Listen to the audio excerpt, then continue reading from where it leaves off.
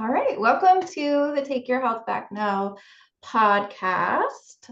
We are Jenny Wise, Kendra Duquette, and Dr. Duquette is here with us. We always talk about him, but he's actually here with us today.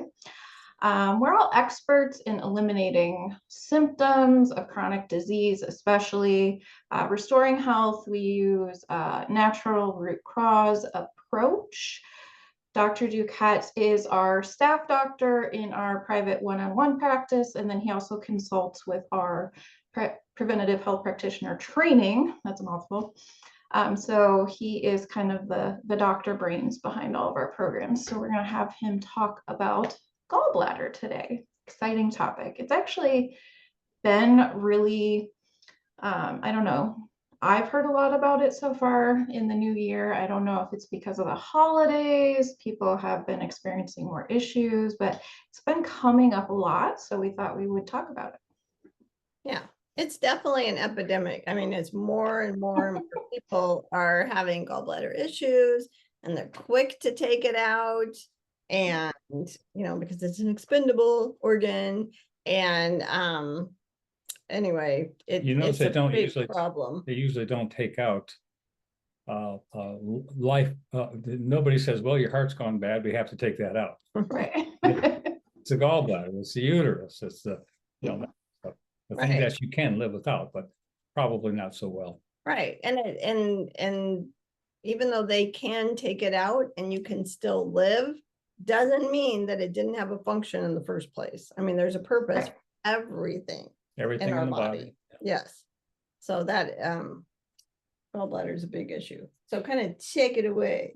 Well, let's talk about what the gallbladder is, first of all. The gallbladder is literally a small sac that sits underneath the liver, and it connects to a hose called the biliary duct that runs from the liver all the way down to the small intestine. And this sac is in the middle of this, just below the liver. Now, what it's designed to do, for one, this has multiple purposes, but for the purpose of ingestion of fats, it houses bile salts. The liver makes bile salts. And so the liver can't produce enough bile salts for the meal you are having right now for the fat emulsion, which we'll talk about here later, to emulsify or make water soluble the fat that's in the meal you just had. So it has this built in a sac. The sac is called the gallbladder. And so whenever you eat fats, the gallbladder contracts and its contents, the bile salts, move down this tube and mix into the small intestine with the food you've just eaten and make the fats, which are not water soluble and can't be absorbed into the body, water soluble, or what we call emulsified. And that way they can get into the body, because fats are designed for inflammatory response, cell wall building, hormone production, energy production, brain function, all of this stuff too. Without fats, you get memory issues, you have brain fog, you have energy issues. You just can't, because you're not burning fats for energy. You're not replacing your cell wall with pliable, healthy fats. So fat ingestion and fat absorption is very, very important. And so what happens is that whenever the gallbladder, what happens to solutions that just set? They tend to dry out, right? Yes. Get thick. You leave a glass of milk on the counter for 2 months, besides driving everybody out of the house, it'll start to evaporate and it'll get really thick and rich. This will happen with gallbladders these days. And the reason why the gallbladders are no longer being called into action is because of the bad fats that we've been ingesting, the fats, the seed oils, the man-damaged fats, the hydrogenated oils, the margarines. All of these fats don't trigger the gallbladder to contract. So what happens? Even though you're ingesting these fats, they're not very healthy, the gallbladder doesn't move. It sits there. And after it sits there for a while and doesn't do anything, after a period of time, that dries out and it gets really thick. And two things can happen from that. You get what's called biliary stasis, which is a thickening of the liquid. So when you actually do eat fats that your body can use, it'll contract, but it's so thick it can't get down the tube, and so it gets stuck.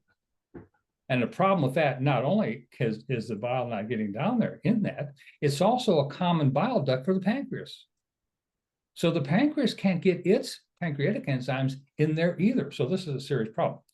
The other issue with the gallbladder is that as it gets thick, whenever solutions get thick, I'm a chemistry major from back our Lord, and whenever a solution starts getting really rich, precipitants come out of it, and they can be crystals or what have you. That's where stones form. Stones don't form in a regular gallbladder; they form in a really thick, viscous solution. And if gallstones are small, no problem. And you try to pass them out, the body gets through the tube fine. Or if they're very large, the body won't even attempt to pass them. The problem, and which brings people to crisis with their gallbladder to have it removed, is the medium-sized stones and or the stasis. It gets stuck. And so surgeons, I don't know why they don't just clean out the gallbladder, but they just remove it. If they just clean it out, I'm sure there's a way of doing that. Just get it out and tell patients to stop ingesting the crappy fats. That's why they don't do it, because they know that it's, you know, not a long-term solution. It, like, taking it out is the number one response to any gallbladder issues. They just take it out. And I don't know, I feel like a lot of our medical solutions are not big on change your lifestyle and do these things better. Yes, either. Yeah. They haven't been taught this in school. They're taught a certain protocol, which is surgery and medication. Yes. Period. They're not taught. You'll never hear right after a cholecystectomy, the doctor saying, okay, now you have to stop eating hydrogenated oils, No. stop eating all the seed oils and the mandamus and heated oils. You got. They won't tell you that. They'll say, well, your problems are over. We've already moved to gallbladder. But we will get into what happens after that, after the crisis is gone. People are told, like, okay, you need about a week where you have to restrict what you're eating, and then just after that, do whatever you want. Like, that is literally the protocol after you take that out. And they've solved this one solution, this acute pain, but now they're bringing on all these other issues. But since that's not what you came in for, you know, it's not really related. It doesn't matter. Well, the issue is several-fold. What happens after this? Yeah. Obviously, since you're not getting bile into to emulsify the fat that you have just eaten, it passes through. The body can't use it, so it passes through. Now it's fat, so everything fat soluble will pass along with it.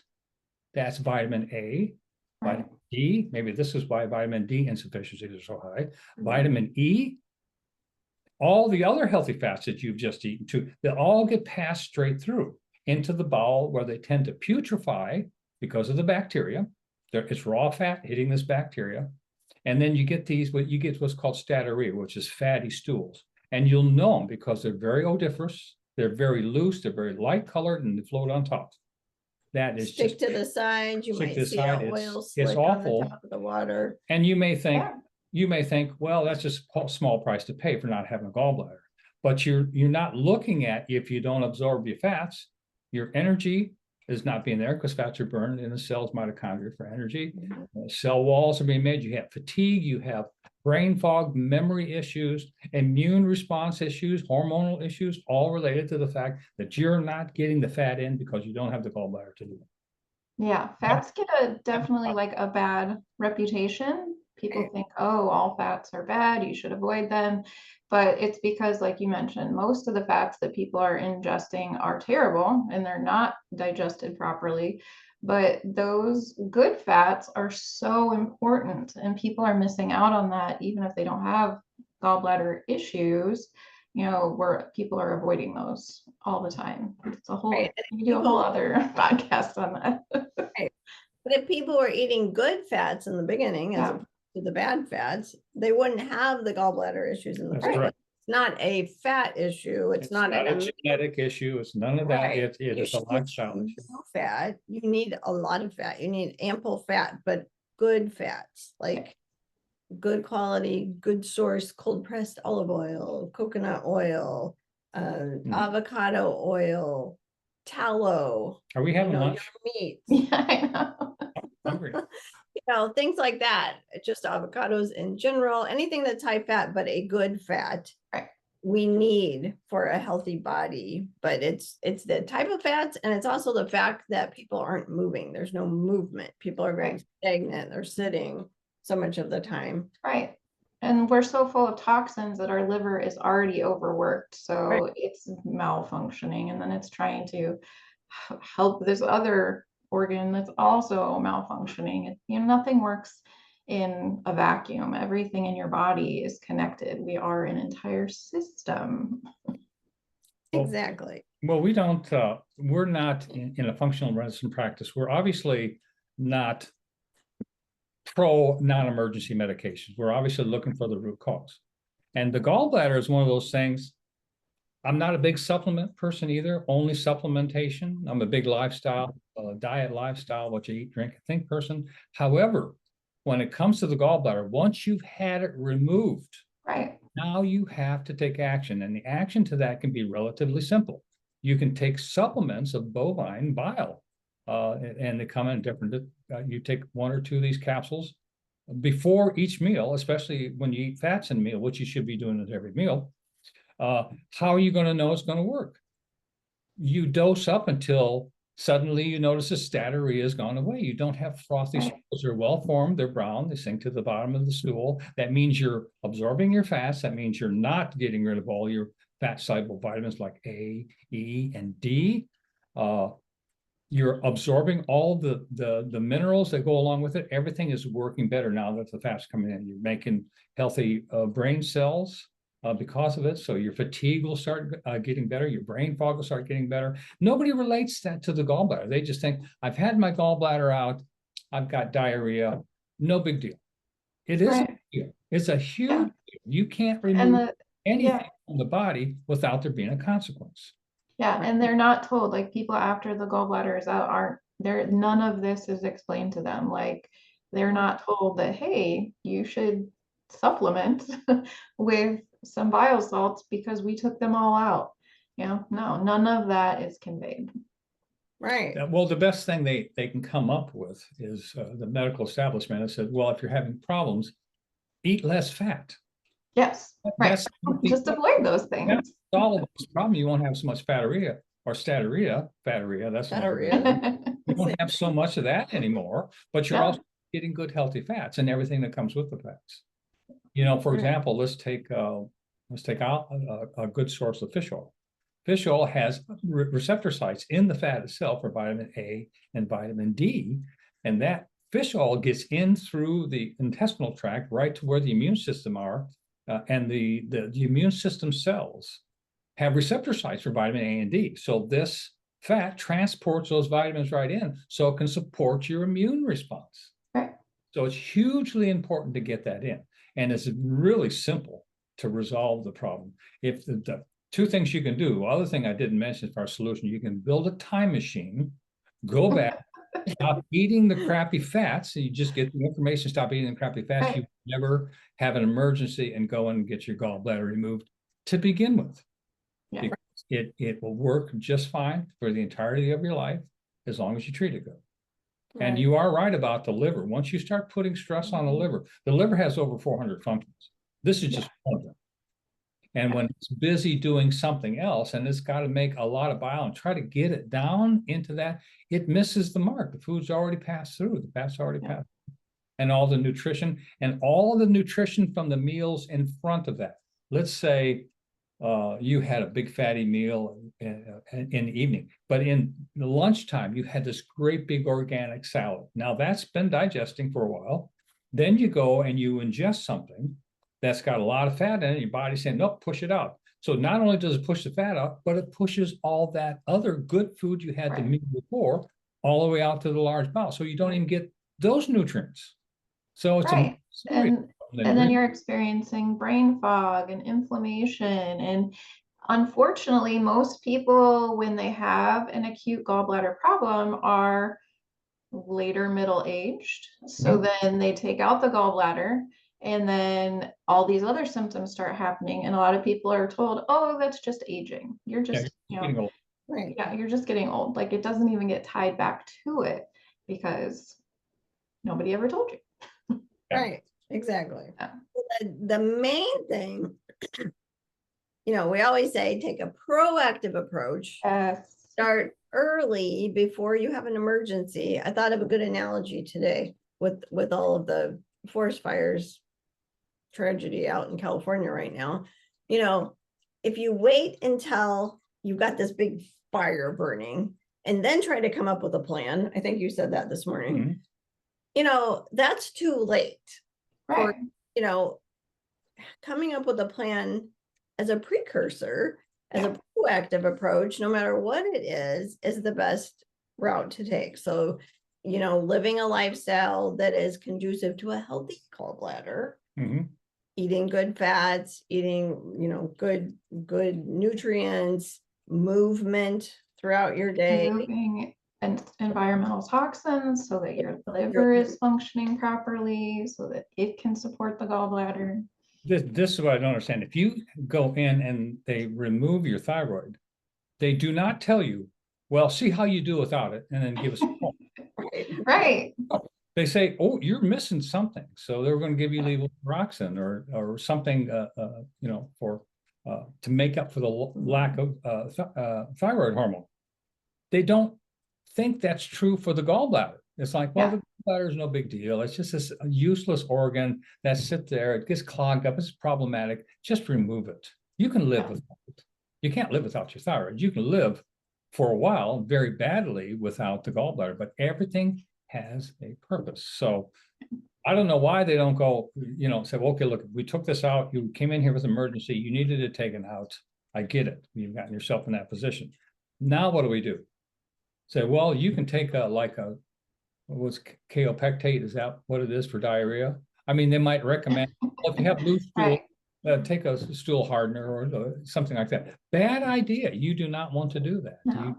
You want to, there are a few supplements, and well, we can get into them a little bit later, but that you take very simple, and you take one or two right before a meal, and you do that for a few days. And if you notice no change, up the dose a little bit, buy another capsule during a meal, find your level, because your liver will produce enough, will produce bile for the meal you just eat, just not in the amount needed for a typical meal. They'll produce a little. So everybody's dosage is going to be a little bit different for this, but it'll make a huge difference, and it's easy to detect.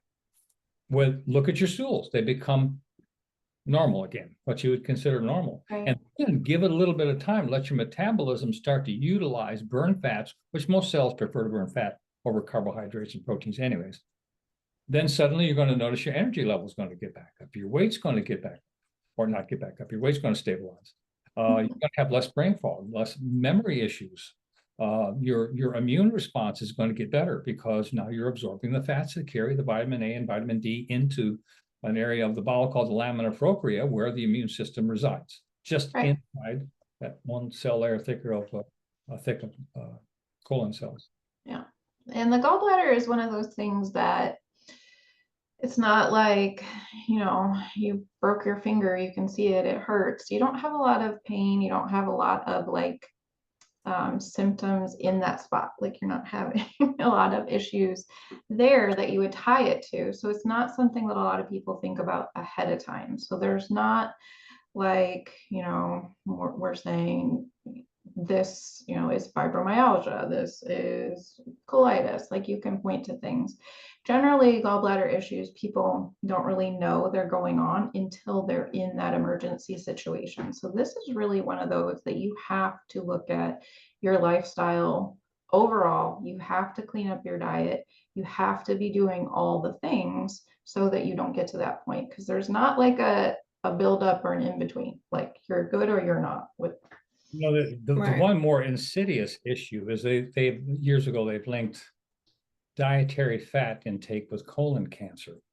Right. You know, high fat intake. And what it actually is a high hydrogenated fat, bad man damage fat intake will do this.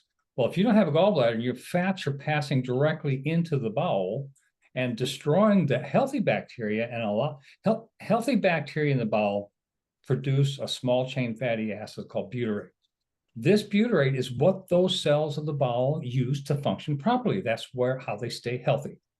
The bacteria in the bowels produce butyrate. We give them a warm place to live. We give them fiber to eat. They produce butyrate for our cells, and our colon functions fine.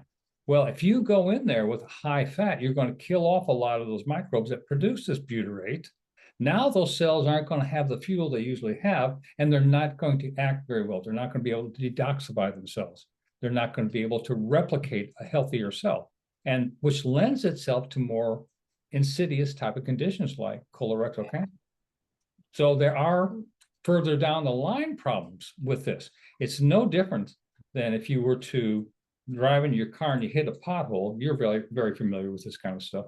Driving a car, hit a pothole, and it just knocks your tire out of alignment just a little bit.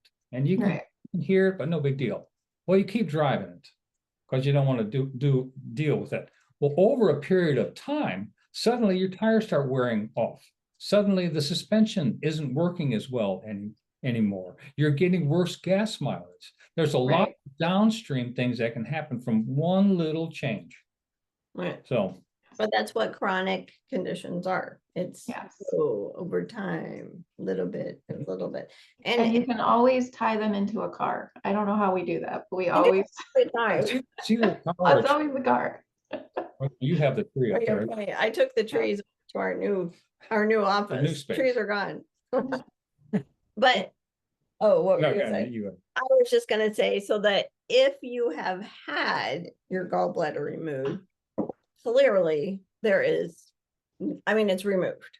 Okay, so now you removed its purpose because you removed it. So you do have to replace with bile salts, but you also want to remember to address what caused that gallbladder dysfunction in the first place. You have to address that, or you're going to get that downline effect like Dr. Duquette was just talking about with the, colon cancer or whatever it might be, if you don't address that. And you did not get your gallbladder taken out. Something caused that. It didn't just magically happen overnight. Right, exactly. So you've got to address those lifestyle factors, the nutrition factor, all of that, as well as then, adding in the bile salts. If you have not had your gallbladder out, that is excellent news. Can always, even if you're starting to have dysfunction, maybe you're getting testing, because now they're doing all this preventative testing. Maybe they have showed that maybe you have, gallbladder stones or whatever. You can still turn that around up to a point. So again, thank goodness you haven't taken it out yet. So then do those lifestyle factors, and your body can reabsorb stones. Yeah, just having gallstones themselves is not a problem. It's normal. Like Dr. Duquette mentioned, you can have small ones that pass just fine, and you can have large ones that kind of sit in there. It's the ones that cause the pain and make things get stuck that are the problems, and that the problem is because of the acute pain that you're having. It's really, otherwise it's natural, and if you do things about it, you can resolve those issues. So just having a test that shows them there doesn't mean you need to take emergency action. Right. You can just monitor things. Keep in mind too, what causes the gallbladder to contract. That's fat intake. So if you have, you're eating some fat, and you always notice a little bit of discomfort afterwards, especially on the hand side, right below the rib cage, that can be a problem. Now, there's some things a little bit more difficult to tell. In an area of the body that has problems, there's a little bit of energy medicine. Sorry, we're going to get into this. There is an energy sink that kind of happens in that area to assist in the body in healing. Some of its own energy is redirected towards that. You can rub your hand over this area and feel it getting a little sticky right over the gallbladder. It just feels like a little perspiration. That's another way you can. That's if you're not comfortable with that, you can just go by symptoms after you eat fat. Also, yes. If you're watching our podcast, you're probably okay with the more woo-woo side of things. Right. Or you can just pay attention to your stools. If your stools are apparently getting more fatty, floating, but they're not completely, you're on your way. Something. Right. So if you have just a little, let's say, stasis, and it's not really too bad. You can't hydrate your way back to thinning out the liquid. You just have to gently bring in fats over a longer period of time, Right. maybe not overload too much of it. Healthy fats, because we want the gallbladder to contract, clean it out. And then when it clean it out, fresh bile is going to come into it, Yes. and it's going to be very pliable, very passable, and very effective. So those are a couple of different ways you can. Right. This is not something, if you are like listening to us and you're checking off,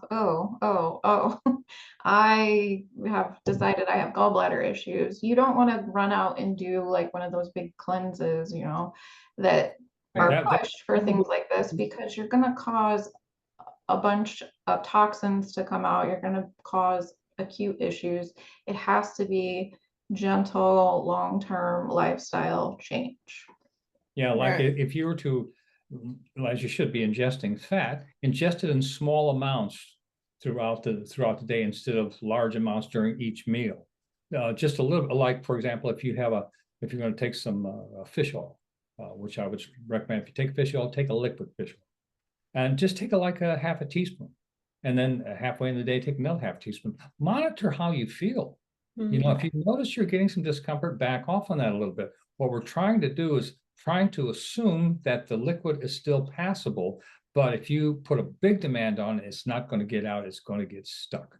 So we just need to clean this out, and by introducing real fats all the time, better bile is going to get in there, and you're not going to have the problem to begin with. And your pancreas is also going to work better, which means your pancreas produces enzymes, amylases, proteases, and lipases to help further break down your sugars, your proteins, your fats.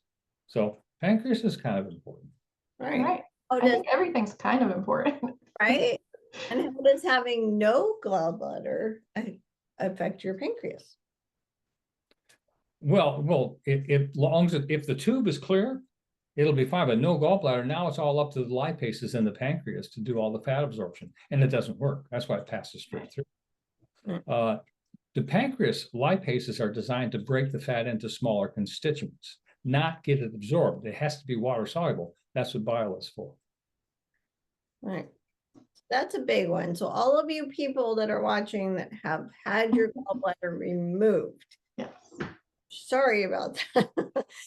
But you do need to make sure that you are taking bile salts. This is one of the first things. I'm always, like I said, I'm not a big supplement fan at all, only if necessary, but this is one of those things where you better take some action to do this. And once again, when you go in for a cholecystectomy and you're in so much discomfort and pain, because it's colicky pain, this is where the gallbladder and the bile is pushing down hard, cramping, trying to get it out, and it can't get through there. That's extremely painful. And the minute you cut it out, the doctor is a miracle worker. Right. He stopped that pain. Oh my gosh, I'm grabbing the wrong side. He saved my life. He saved my life but he doesn't tell you, because they really don't know that there's a ramification for this. You can't just take that out. Like we already said, look at all the nutritional insufficiencies or straight out deficiencies. You're not absorbing fats, you're fatigued. All these ancillary and side symptoms you're having are all related to that. And they're not going to tell you because they don't know. You got to come to somebody that's deeper into the root cause, like us here. And they'll this is what you need to do. How long do you need to do that? How long do you plan on living? Right. How long would you like to be healthy and happy? You're going to need it. And these supplements are not like ridiculously expensive. They're pretty inexpensive. No, and they're not like hard to find. It's not some secret thing.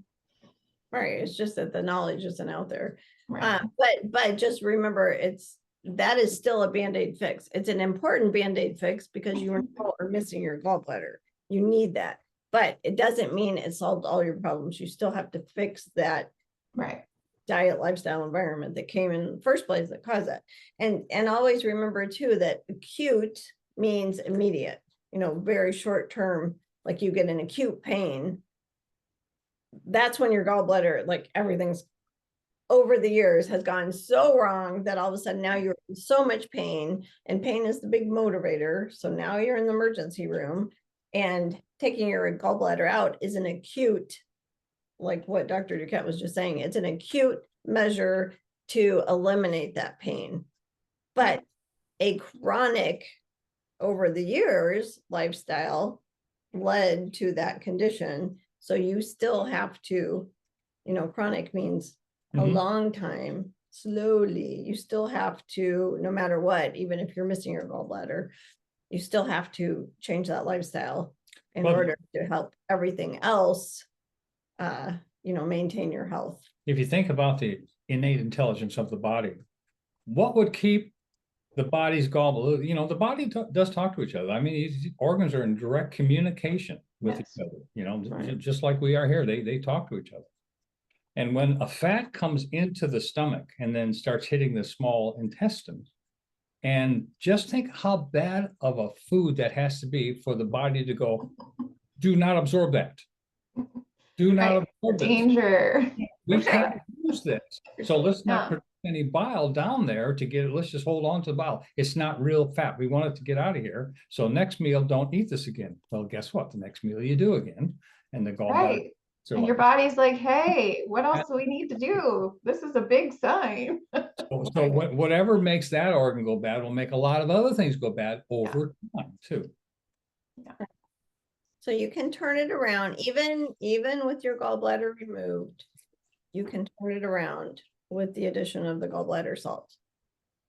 And if you have not had your gallbladder removed, you can also turn that around before you get to that point. But also remember too that, doctors in conventional are quick to say, oh, we need to remove this gallbladder.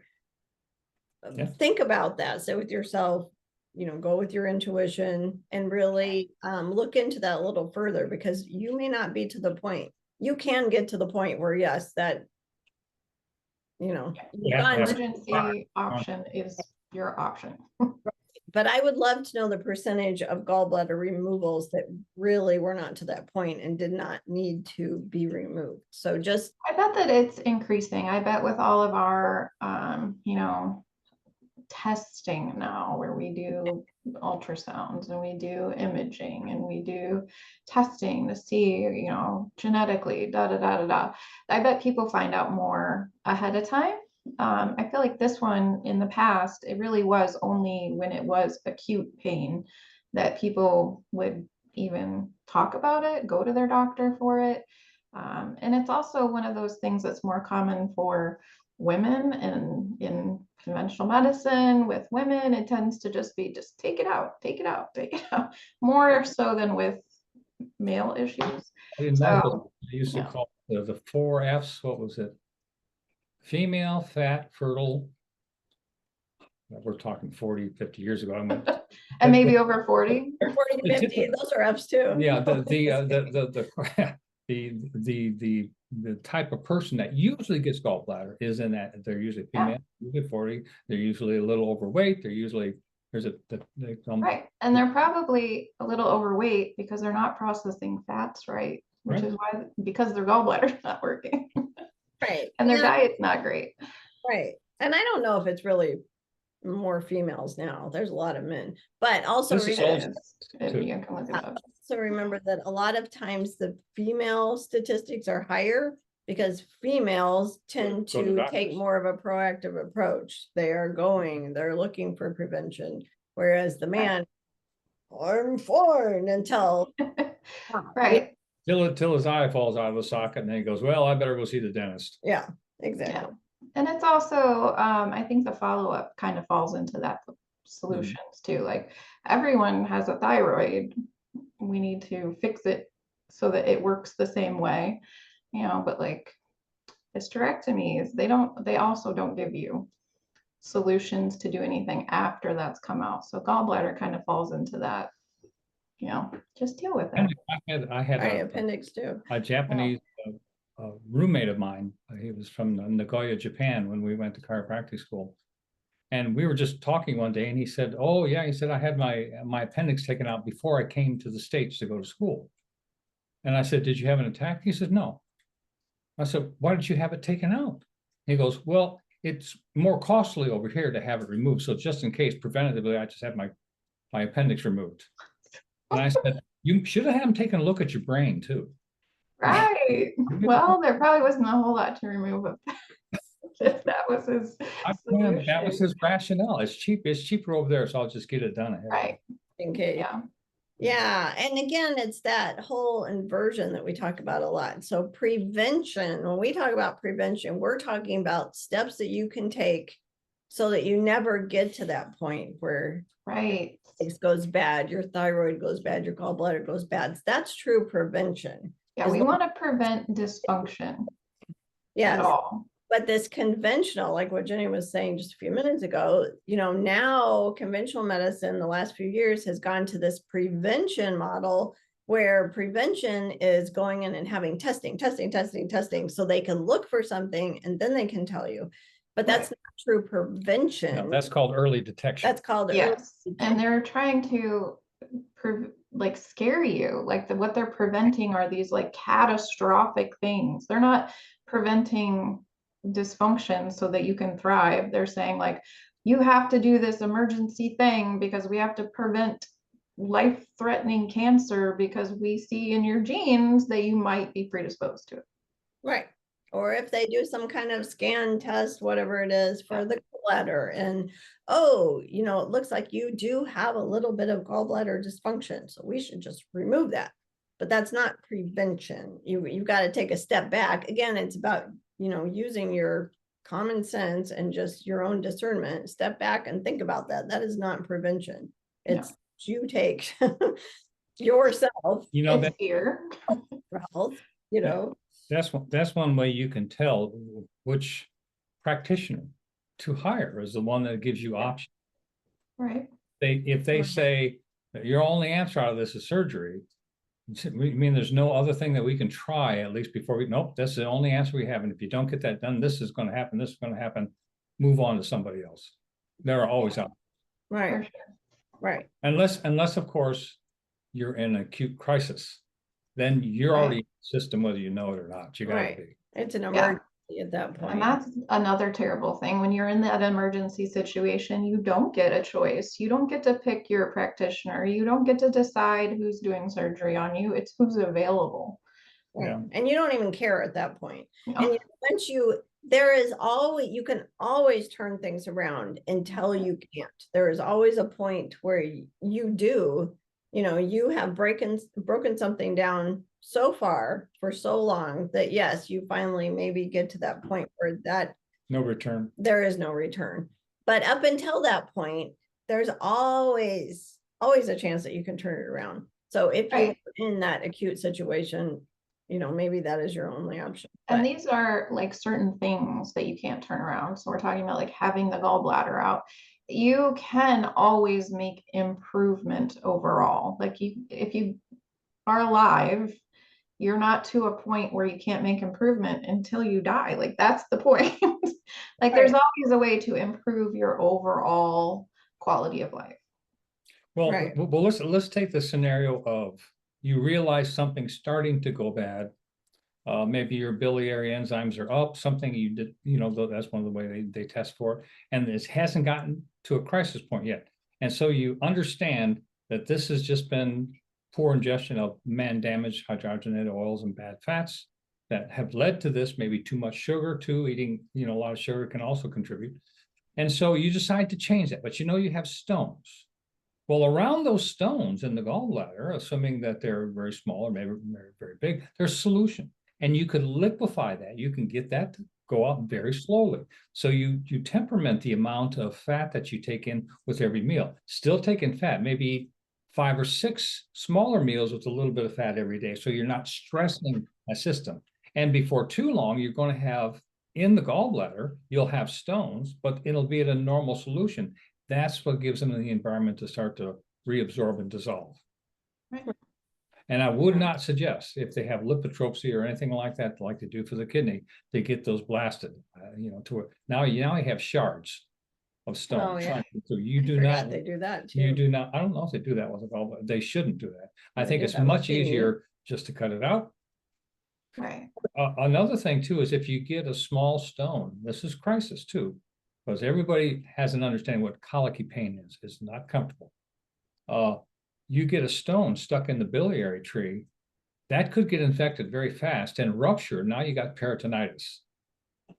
And that could be that could be lethal problem. Yeah. So there's a lot of things that can happen due to this, but if if you understand the mechanism behind why you have it, how do you keep it healthy? What do you need to not do more than what you need to do, but what do you not need to do? And then give it plenty of time. Let it heal itself. The body has a great healer. It's a great doctor inside. It's got a good pharmacy, the best pharmacy. It's got a whole hospital of functional cells in it that will help you out. All you got to do is get out of its way. Just understand a little bit about what's going on and not be in such a knee-jerk response to, I'm tired of dealing with this. I just want it out. I just want it out. No, deal with it, because the ramifications of it being out are you're going to be paying for that for a long period of time.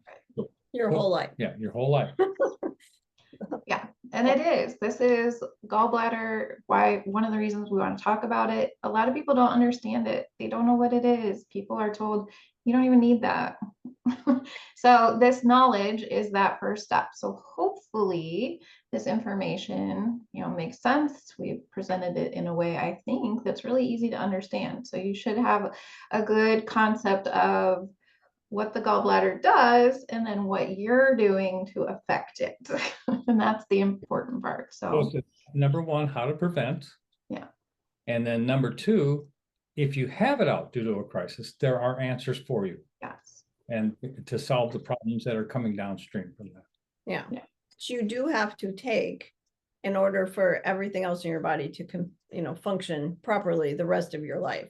So you still have to do number one and number two. And the low fat diet is not going to help that either. So hopefully this answered all of your gallbladder questions. Of course, if you have more questions, if you didn't even know you had gallbladder questions prior to this.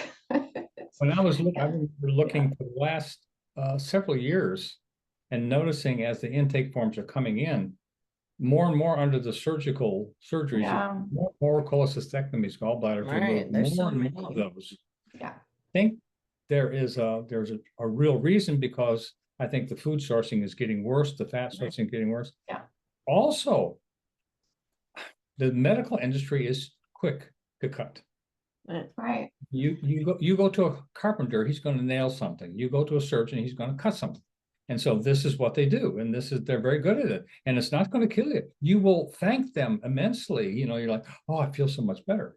But if you're in that tweener state where something's going on, you can tell maybe some of the testing, or when you eat fat, you don't feel very good. There's something, you'll feel a cramping, or if you want to get into the energy thing and you feel a little stickiness over that rib cage right there, then these are the changes you need to make. And that's all you got to do. Do them very gradually over a period of time.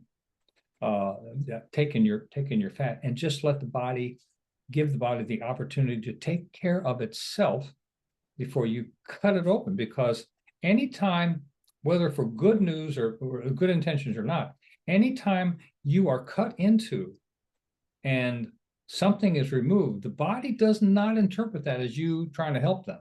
The body is that very stressful, and your cortisol goes up, your inflammatory cytokines go up, and inflammation in your body just goes up. So whatever else you got inflamed is going to get more inflamed. So there isn't anything that doesn't have a consequence, surgical anything. So preventative. And if you happen to be stuck, there are some answers. And when he says preventative, it means preventative, like we were talking about, not lifestyle. Not early detection. Right. Not early detection. Okay. Right. So just keep that in mind. And as always, if you need a plan, if you need assistance, support, accountability, reach out to us, because this is what we do, of course. If you feel like you can do it on your own, then that's great. But definitely put into practice what we've just been talking about. Right.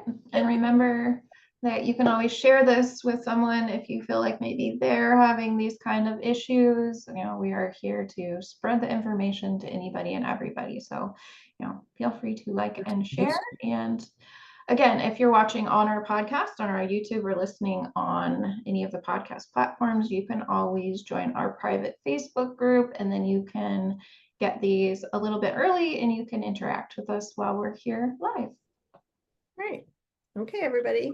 Have a great day. Thank you, Dr. for coming on. You're more than welcome.